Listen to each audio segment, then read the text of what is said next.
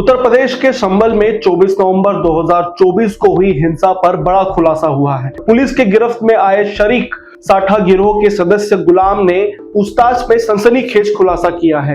आरोपी ने बताया है कि उसकी साजिश अधिवक्ता विष्णु शंकर जैन की हत्या की थी, क्योंकि विष्णु शंकर जैन देश भर में मंदिरों को स्वतंत्र करने की मुहिम चला रहे थे। गैंग शहर समेत पूरे देश का माहौल बिगाड़ना चाहता था।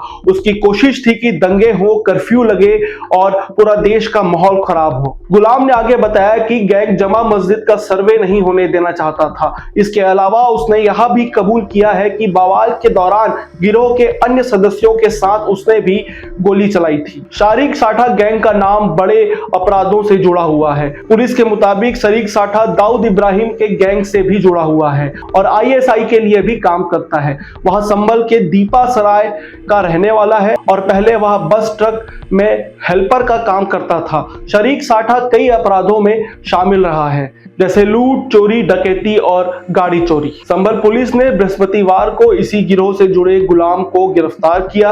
गिरफ्तारी के दौरान आरोपी के कब्जे से 32 बोर की 2 पिस्तौल, 9 mm की देसी पिस्तौल, 1 तमचा और अलग अलग बोर के 15 देसी कारतूस बरामद किए गए हैं। आपको बता दें कि गुलाम को राजनीतिक संरक्षण भी प्राप्त है। हिरासत के लिए जाने के बाद उसने बताया कि वर्ष 2014 में उसने पूर्व सांसद डॉक्टर शफीकुर रहमान बर्फ के कहने पर विधायक इकबाल मसूद के बेटे सुहेल पर फायरिंग की थी। इस मामले में उसके खिलाफ रिपोर्ट दर्ज हुई थी। गुलाम पर पहले से ही हत्या, गैंगस्टर एक्ट, चोरी और हमले से जुड़े 20 आपराधिक मामले पहले से ही दर्ज हैं। एसपी बिश्नोई ने बताया कि गुलाम और उसका गिरोह पहले राजनीतिक संरक्षण में फल फूल रहा था, लेकिन सरकार और पुलिस की सख्ती के चलते गिरोह के कई सदस्य विदेश भाग गए, जबकि गुलाम देश में इधर उधर छिप कर रह रहा था। संभल एसपी कृष्ण कुमार बिश्नोई ने बताया कि पूछताछ में गुलाम ने यह स्वीकार किया है कि शरीक साठा गिरोह बड़े पैमाने पर वाहन चोरी में भी शामिल है। गिरोह के सदस्य देश भर में वाहन चोरी की घटनाओं को अंजाम देते हैं। चोरी किए गए वाहनों को दूसरे राज्यों में बेचने की जिम्मेदारी वह गुलाम को देते हैं। इसके अलावा गुलाम अवैध हथियारों की सप्लाई भी करता था।